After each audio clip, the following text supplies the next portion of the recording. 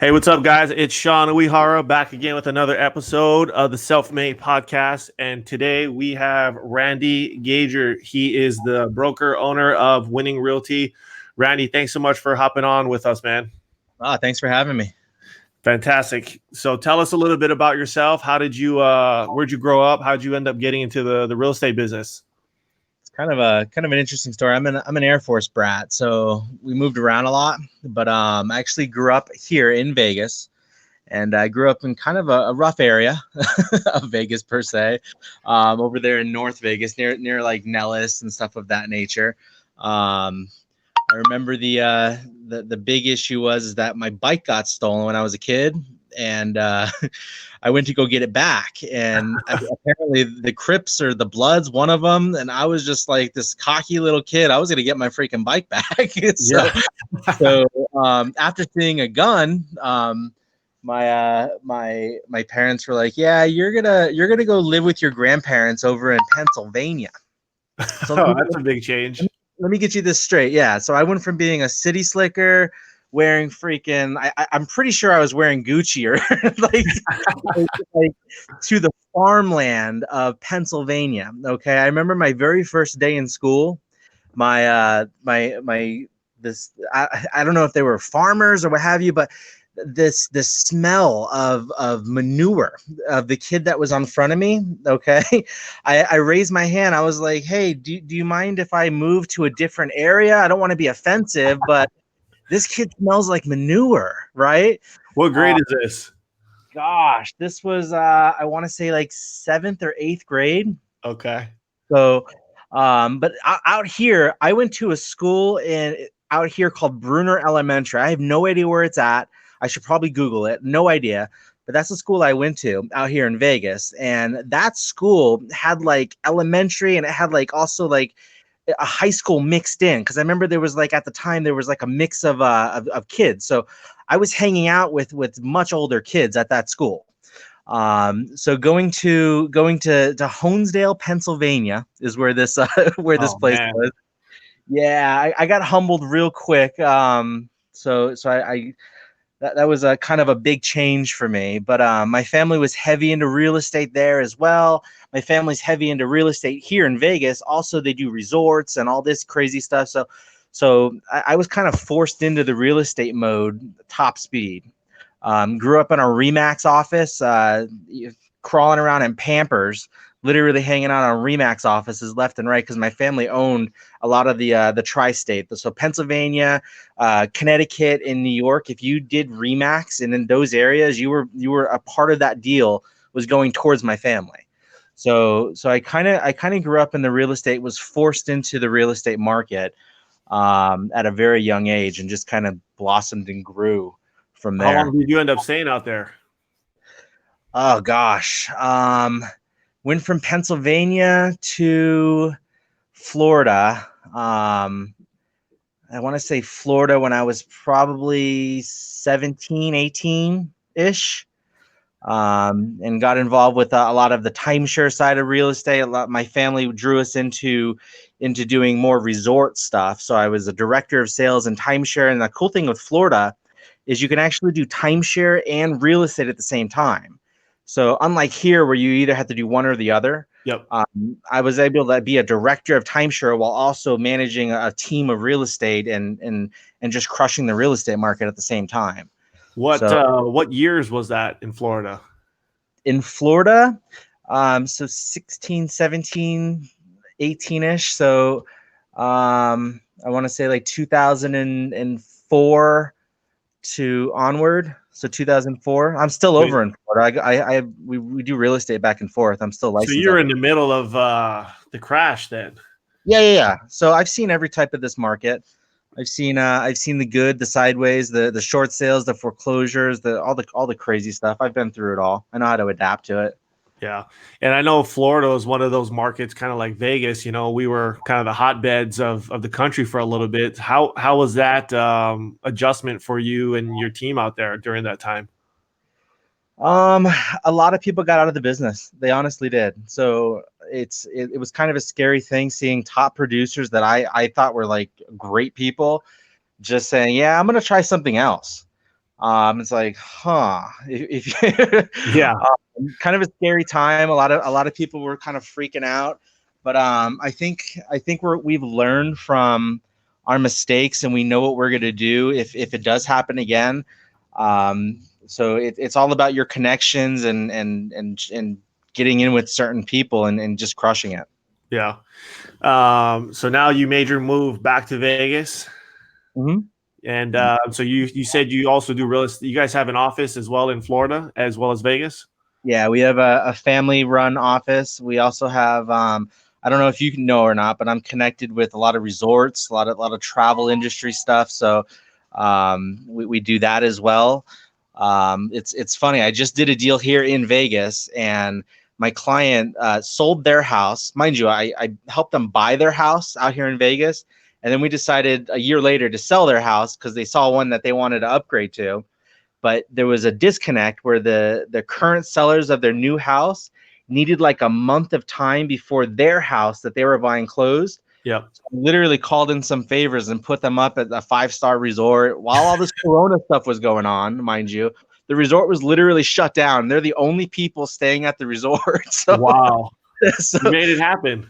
yeah, dude, we do stuff to like help out, I'm not gonna let people just be homeless. It's Yeah. crazy. Man, that's crazy. So you've been through the ups and downs. Obviously, you got some bruises from that. Still going strong. Yeah, buddy. What do you think was some of the biggest lessons like you took out of all of that during that time?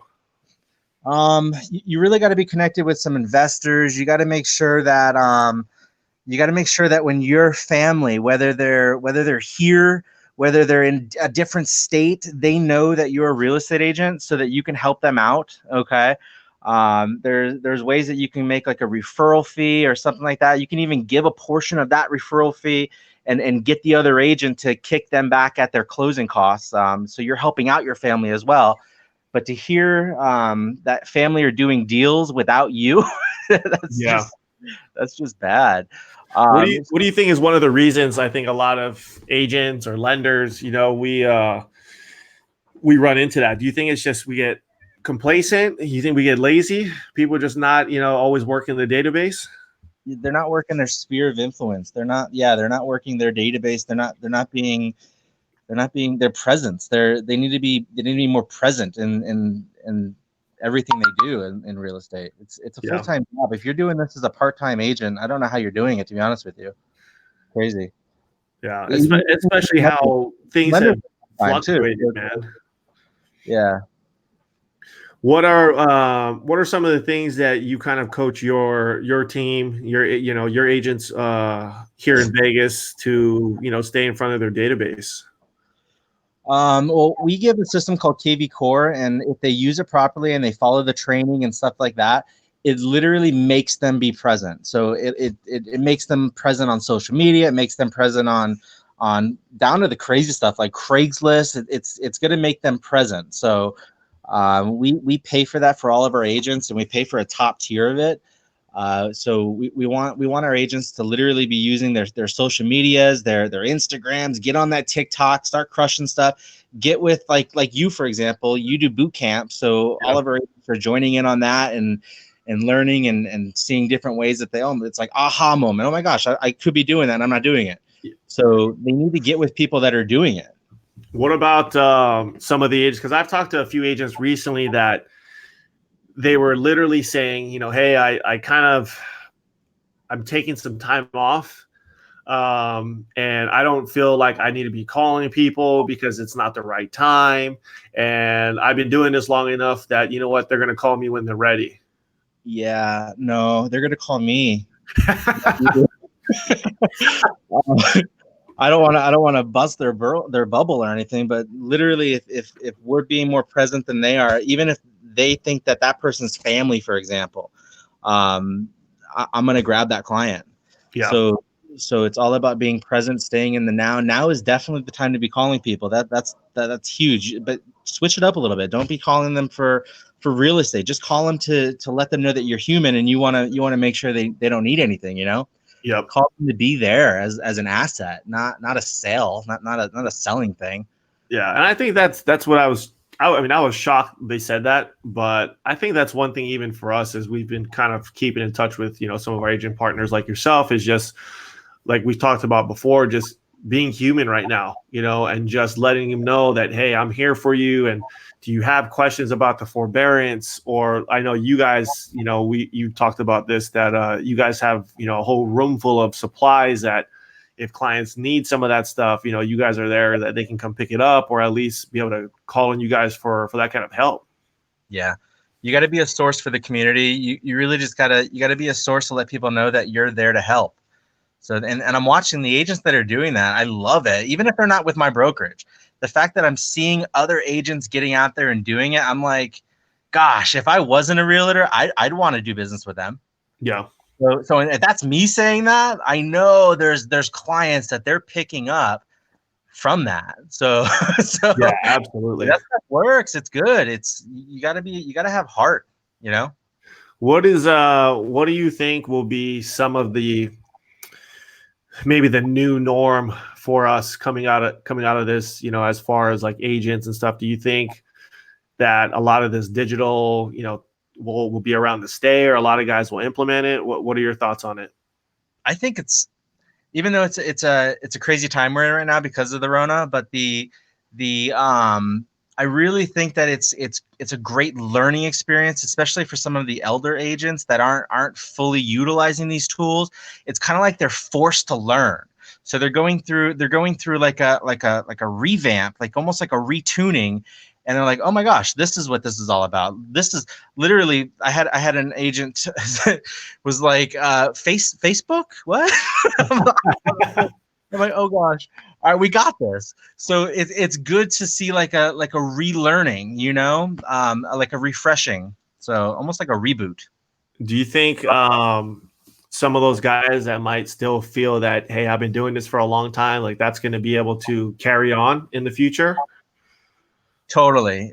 Basically, I do believe your business is going to shift a little bit. So whether we don't have a crystal ball, we don't know what the market's going to do. We honestly don't. There's some studies that are saying that the market's going to rebound in like a month and it's going to be higher than it's ever been. Then you look at some other people, they're like totally in their negative. They're like, the market's going to crash. Either way, if you're a smart agent, you can make money in either market. So you just got to change your mindset a little bit. Yeah. And I think mindset is, like you said, it's super important right now. A lot of people get caught up in just, following the news and keeping up with all the stats, right, of how many people are sick or how many people are dying, versus just really focusing on their business or trying to learn a new skill set right now. Yeah. We try to stay away from the news entirely. I think it makes me more positive when it's not on. So it's like, yeah. I mean, me personally, I never even listen to it. I mean, sometimes my girlfriend will bring it up, but I'm just like, don't even talk to me about that stuff. I don't care. Let's just focus on what we need to do every day, which is trying to help people right now. Totally agree with you on that. What were some of the struggles that you guys, or that you may have come across, during maybe the 08, 09 crash, that maybe looking back, you felt maybe you weren't as prepared, or, that you really learned that, hey, if this ever were to happen, I need to make sure I do, such and such things? See, that's the thing. I wasn't really connected back in those years with as many investors as I am right now. So I would tell somebody, especially if they're a new agent, you're going to want to be connected with some investors. You're going to want to be throwing some stuff on your social medias and what have you that are going to try to target those one or two investors. All you need is one or two that are going to buy a couple of houses in the now just to keep you afloat. Okay. Are you going to thrive in a down market? Probably not. You're not going to thrive because when it really gets down to it, your REO sales and stuff of that nature, where you're only making like a half a point on the sale, you're used to making 3% right now. Yeah. Okay. When you switch to REOs, yeah, you'll do a whole bunch of them. Yeah, they're a lot of work. But when you go down and the banks are only wanting to pay you a quarter point or 0.5%, half a point, okay, your brain shifts a little bit. Now you're doing a lot of quantity. If you can just get a couple of those investors that are looking to go through and buy and just capitalize on a whole bunch of properties, you're gonna be able to keep your higher 3%, your 2.5s and stuff of that nature to mix in with those little ticks of the half a point and quarter points. So I think a lot of people kind of miss that, or I think they assume that even though you were a listing agent for a bank back in the day, that you were getting your full rip, on these deals. And like you said, it was a lot of work, and I'm sure you have to wait for your reimbursements on utilities and stuff like that. It was a lot of a headache, right, at the end of the day. And then we have in Florida, we have these things. We had squatters that are hooked on this drug called Flocka. I don't know if you heard about that stuff. Google that. That's a good Google for you. It's literally these people are hooked on like this like hybrid meth that's made out of Raid. Literally the ant cleaner that they spray. They were spraying like freaking like screen doors and smoking it, and it turns them into like a superhuman. So, oh my God. I personally witnessed opening the door. Hi, this is blah, blah, blah. And I announced myself. And this dude runs through a glass window on the back to try to get out of the house. He literally ran through the freaking window, dude. So I've seen everything. Nothing phases me in this real estate market. How did you first start like trying to market yourself to those investors, or how did you try to find those guys? The first couple of ones came through family, just with fat stacks looking to just buy houses here and there. And then you got to work your sphere. If you get one investor, the fun thing is investors know other investors. So they're going to, if you really just get one, get on, I would hop on Facebook. I would try to target something that an investor would love. They're not going to want houses that are like in their pristine. They're going to want to see houses that need some fixer out. They're not afraid of drywall. Okay. Holes in the wall, stuff like that. They love that. Okay. They can fix that stuff easy. So if you go through and just target and find that one, you're going to probably get another 2 to 3 out of them. So really with that too, right? It's just like, you need to know your inventory, right? Yep. And probably live on the MLS every day, trying to just find those properties that you can market and utilize to, like you said, try to entice those investors to see that, there's still these opportunities here in Vegas. Exactly. So what, with your agents right now, what kind of, are you hearing some of them, maybe the doomsday blues, or, some of them are most of them pretty aggressive and still, out there working and stuff right now? I think the vast majority of our agents are hustlers. They're literally looking at this, trying to figure out which way the market's going to go so they can adapt. So I don't think any of our agents have thrown in any towels or anything of that nature. This is not our style at all. Yeah. We come from a background where a lot of my agents are like timeshare trained, where they can adapt with any type of mentality. So as long as we're getting our clients the best deal, that's all we care about. And that's really like a cultural thing too, right? Like for your brokerage, like you guys from top to bottom are, hustlers, go-getters, and, starting with you. Totally. Yeah. We really strive to make sure, I think it's actually in our motto. So it's winning realty. And then the little verbiage underneath it is our clients win. All we care about is when we're negotiating or figuring out a way to get the deal done, is that our clients are beating up the other side. Yeah. We're not here to be friends. It's just, we're here to make our clients get the best deal. What I know even the governor has come out and made a lot of changes, in regards to open houses and properties you can show and stuff like that. Talk a little bit about that. How are you guys adapting and, being able to still work with buyers and sellers? So that's the funny thing, because we were actually pre-adapted to that. We're one of the offices that has our own Matterport 3D camera, and our agents don't pay for it at all. It's completely free for our agents. So we have that. We've had that. We've actually had sales come from people buying houses sight unseen, from that previous to this to the Rona. So we've been doing virtual for the longest time now. Other than that, we have the virtual open houses where we can go through and now post on the MLS, which is kind of cool. We can post our virtual links, and every one of our listings is virtual now. So we've had that. They just implemented on our MLS. The one in Florida has that for years now. So I'm shocked that this one's now catching up, and it takes a pandemic for the MLS to catch up. But So do you just go in basically with the 3D camera and just kind of shoot the whole property, and then that's how people can preview the open house? yeah, it's pretty sick. So you can literally walk through the house. I'll throw you a link real quick. That's up. It's www.322 Karen Ave. So www.322 Karen Ave AVE.com. If you go to that one, you'll be able to see that you can walk through this house. We sold this house sight unseen. So literally a buyer came in, we were overpriced. We knew we were overpriced. There was a house in that very same condo or in that same building that was better than ours. It was graphically designed better. It had more upgrades than ours did, but yet our house sold and theirs is still on the market. Gotcha. So it's this is I've seen kind of this setup before. This is pretty cool. Yeah, we've had that for years now. So that's called Matterport. There's companies out there that charge agents to literally do that on their listings. Winning agents get it for free. So how long does something like this take to put together? It's actually kind of fun. So basically the agent goes in there with the camera. We provide them the camera and the iPad, and they set the camera down.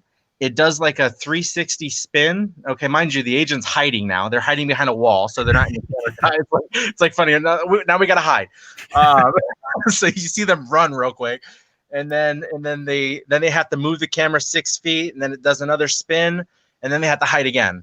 So a house of 2,000 square foot may take you about 45 minutes to do.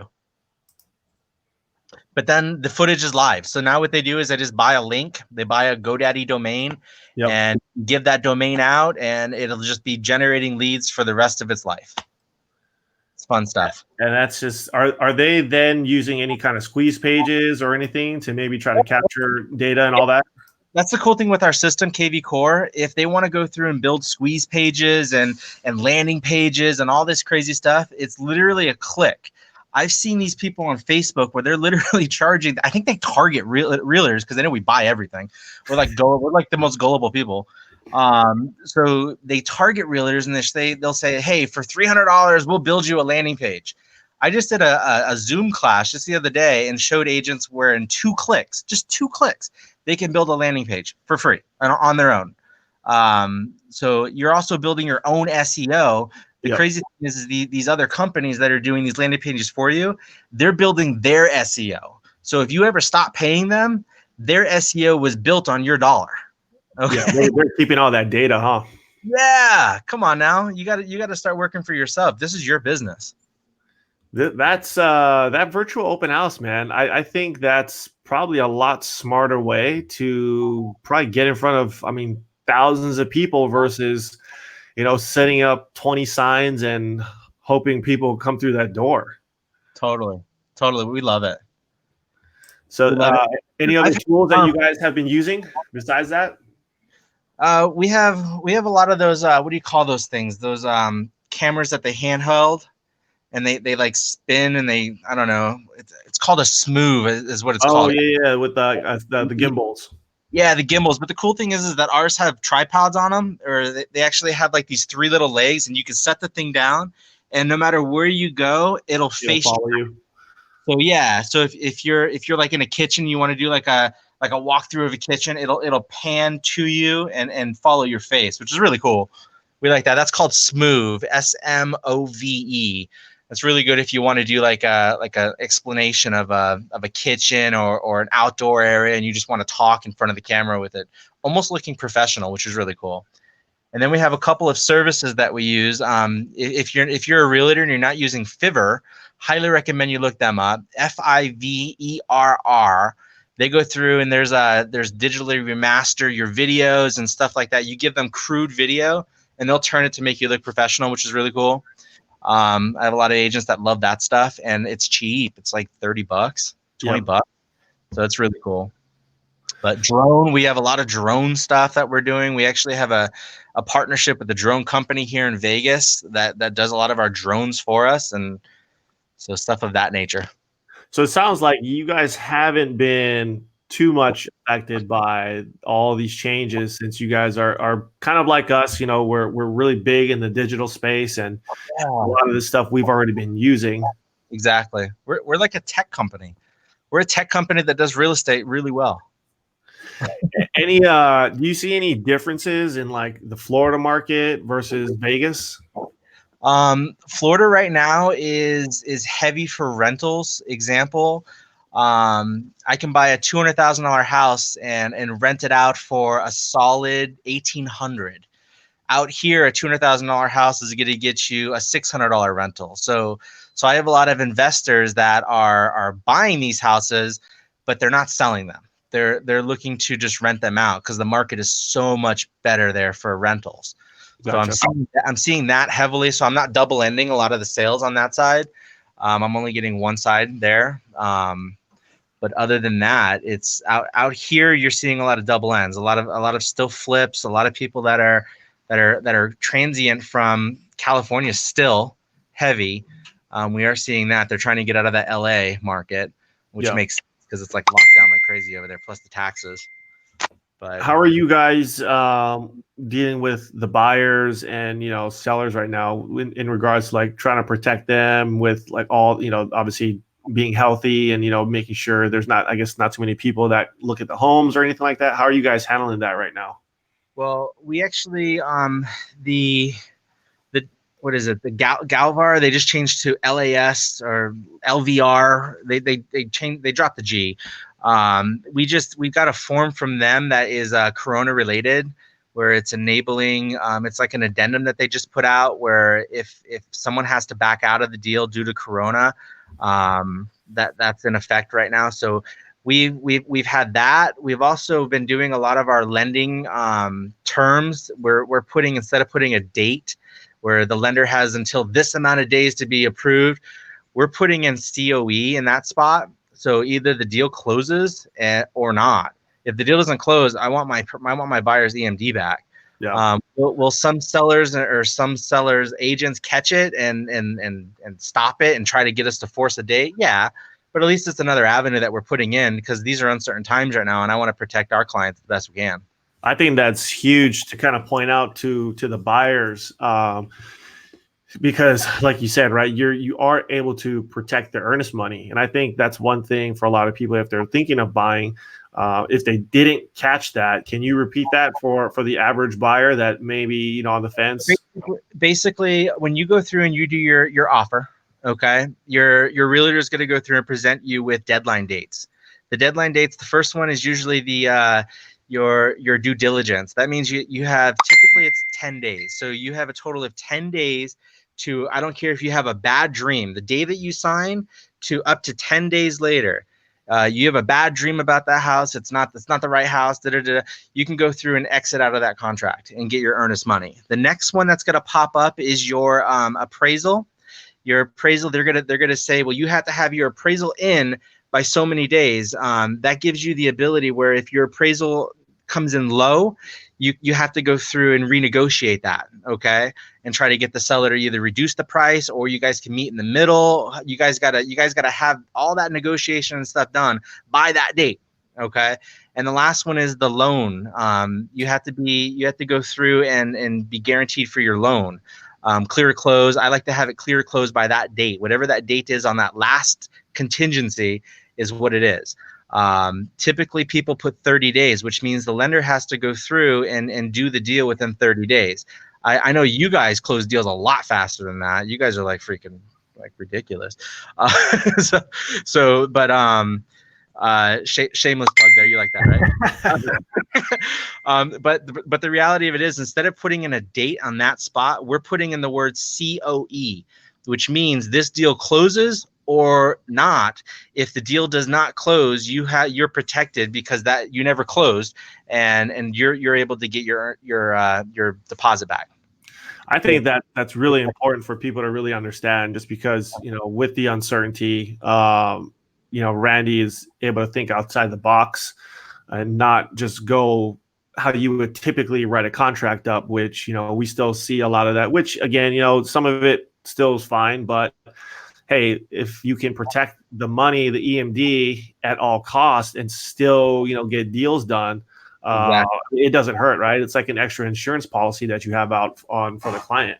Exactly. And some of these things are not going to be the client's fault, like getting an appraisal out. Okay. The appraisers are backed up, or they're afraid of getting COVID themselves. So they're delaying their response time. Okay. We are seeing a delay in the appraisals actually going out to these houses. So that is not a fault of a buyer. That's just a fault of the pandemic. So we don't want our clients to be hindered due to the fault of somebody else. So we're putting in extra fail safes per se to protect Yeah. our people. That's huge. I think even, acknowledging that, yeah, some of these turn times, they're not as fast as we'd like. Not every situation is that way, but yeah, we're all affected. Like you said, even, appraisers, I'm sure even probably home inspectors, those guys are probably, still, they're all a little cautious, right? They don't want to get sick themselves. Exactly. And with good reason. It really is. The other thing that we are seeing is that you have a lot of lenders out there that are changing their guidelines. Yeah. I do see, I know that the big banks that people are swearing by left and right are going through and changing their guidelines because they're just swamped. They're overwhelmed or what have you. So instead of doing like the 620s, they're up to like the 700 credit scores. I know Chase just boosted theirs to 700. And there's a few other banks that are, if you don't have like crazy credit, you're not going to get a loan through them. Yeah. I don't want people to get discouraged because I know you had a deal that we pumped through you. You ended up getting a Chase deal. So you actually did the deal and got a better deal than what Chase was actually giving the clients. So you beat them at their own loan. I don't know how the hell you do what you do, but you got them a better rate. So I don't want people to think I have to go through my bank because I work directly with them. There's brokers like yourself that are out there getting better deals than these banks are even offering. Yeah, I think that was one thing, that I did a video the other day, just kind of putting that out there to people, that just because one lender comes out and changes their guidelines, that's not something that's industry wide that everybody's following, So I think more than ever, people need to do their homework, right, with who their lender is. And I even think that some of that responsibility comes down to realtors as well, because, I think we talked about this the other day, was you can't really just let your clients dictate where their financing is going to go. Because if they use some no-name lender that you have no idea where they're based out of or who you're dealing with, you could potentially lose their earnest money, right? And lose the deal. Totally. What about on the listing side? What are you guys doing to help your sellers out right now during all this? The listing side, well, first of all, we're doing the Matterport, the 3D listing. So they're loving that.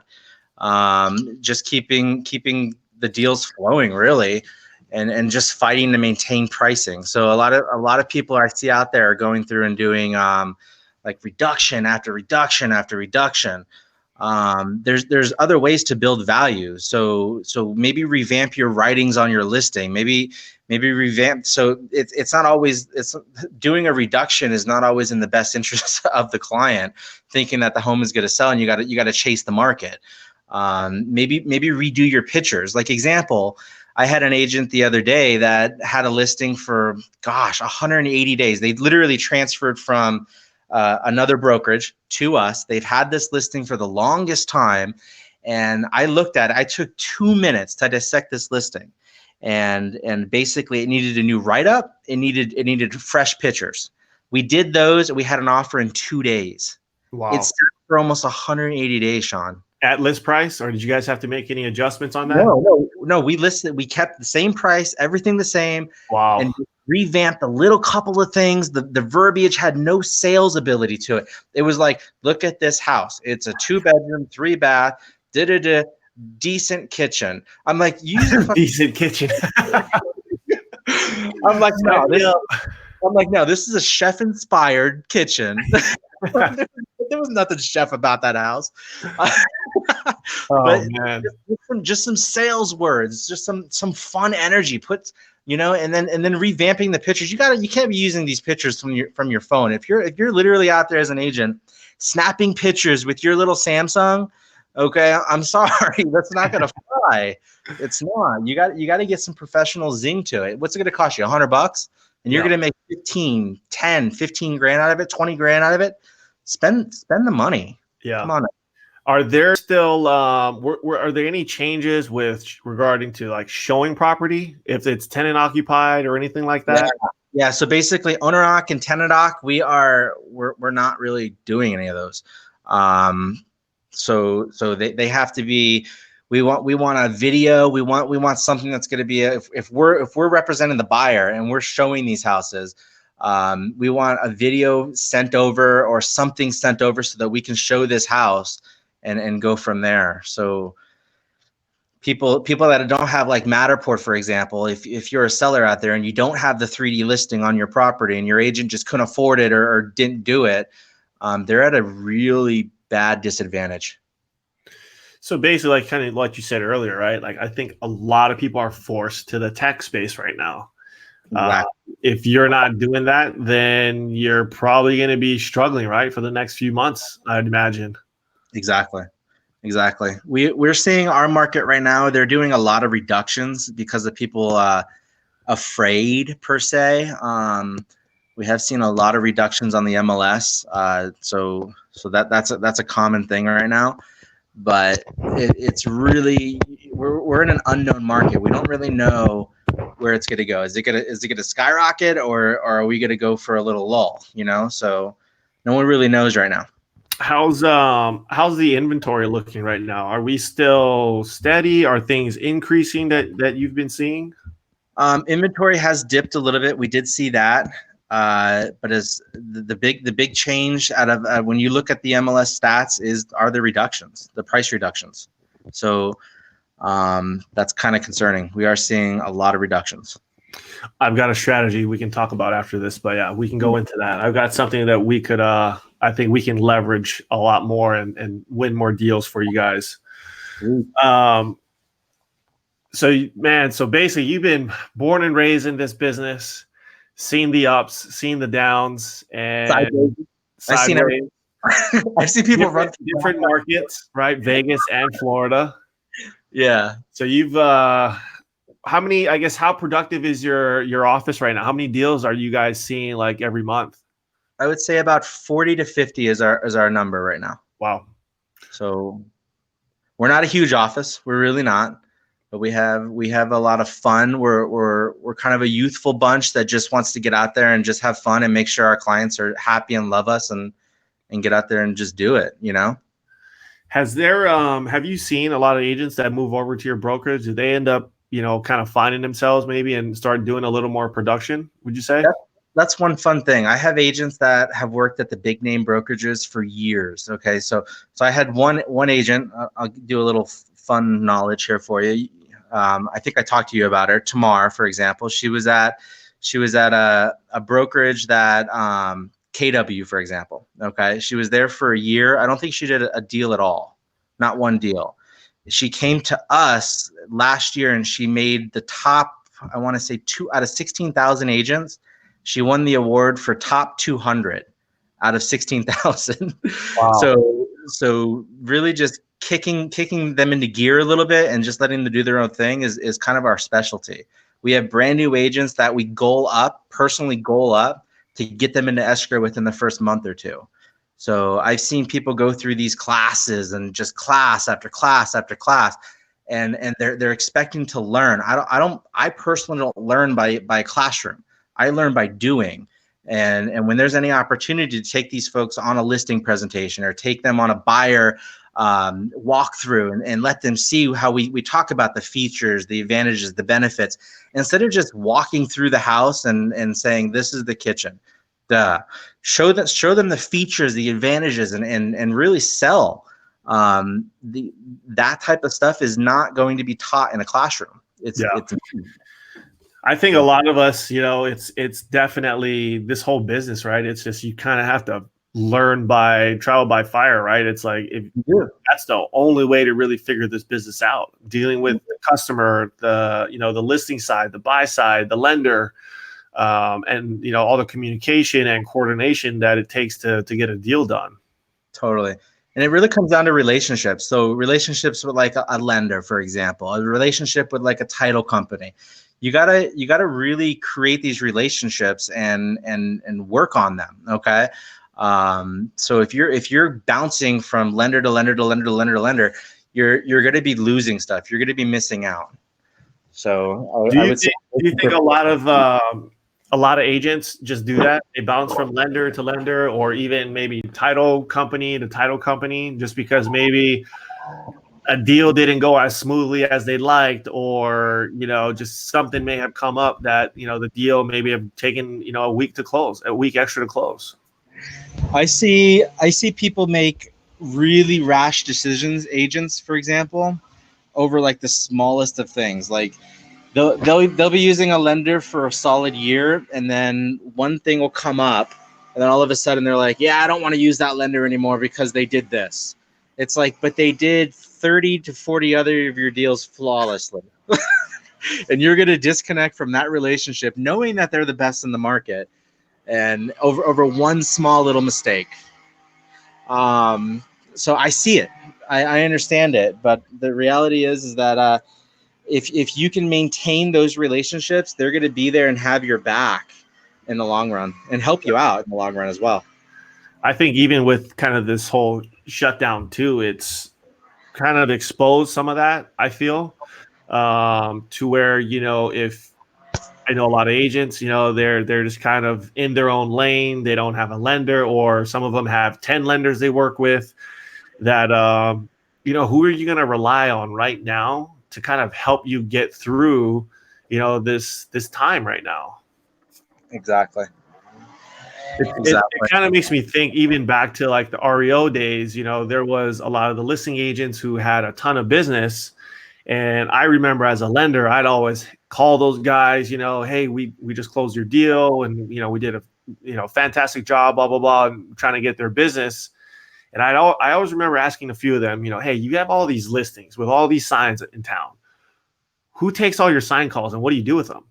And they're just like, oh, I'm too busy. I don't care.